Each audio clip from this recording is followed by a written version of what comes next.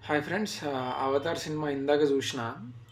అంత అస్సలు బాలేదు సినిమా. అంటే వెరీ బ్యాడ్. అంటే సేమ్ స్టోరీ ఏదో కొంచెం, కొంచెం న్యూ స్టోరీలాగా అనిపించినా గూడా, ఫస్ట్ ఆఫ్ ఆల్ స్టోరీ ఏందంటే ఈ 'అవతార్' వాళ్ళ ఫ్యామిలీ ఏదైతే ఉందో, దానికి అగైనెస్ట్‌గా వాళ్ళు అంటే 'అవతార్' ఏదైతే ఆ గెలాక్సీ పాండోరా గెలాక్సీ ఉందో, దానికి సంబంధించి వేరే ఇంటర్నల్ పీపుల్ ఎవరైతే ఉంటారో, వాళ్ళు ఈ నావీ పీపుల్‌కి హెల్ప్ జేసి, వీళ్ళని ఎట్లా నాశనం చేద్దాం అనుకుంటారో, దాన్ని వీళ్ళు ఎట్లా 'అవతార్' పీపుల్ అడ్డుకుంటారు అనేది స్టోరీ అనమాట.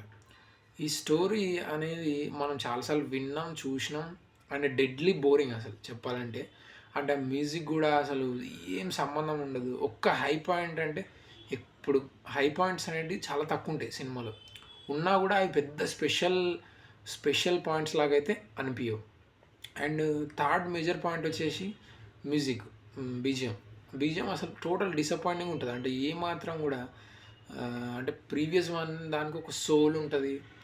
ఒక మంచి ఊపు ఉంటది. మనం చూస్తున్నప్పుడు ఒక ఫీల్ ఉంటది. ఈ సినిమాలో అది టోటల్ మిస్ అయింది.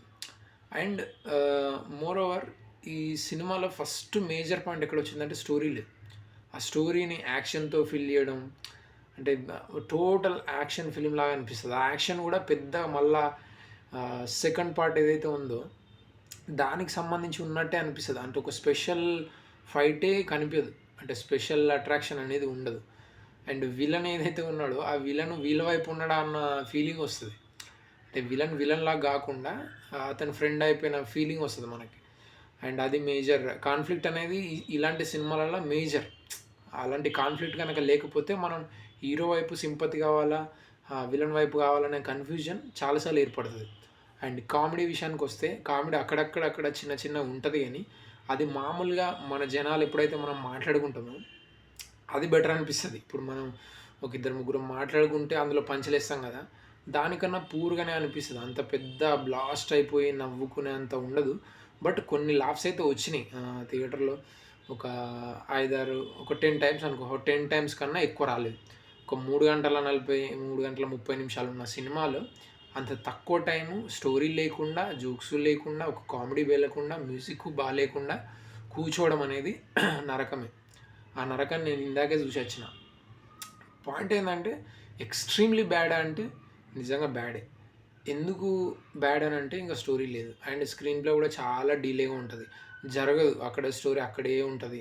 అండ్ ఒక కొత్తదనం అయితే నాకు కనిపియలేదు. అంటే ఇప్పుడు ఆహ్, ఈ ఆయన గూడా ఏమంటారు మనం చెప్పలేం గానీ, స్టోరీ అయితే అంత బలంగా లేదు. సినిమా అయితే అంత పండలేదనే జెప్పాలి. సింపుల్‌గా చెప్పాలంటే అది.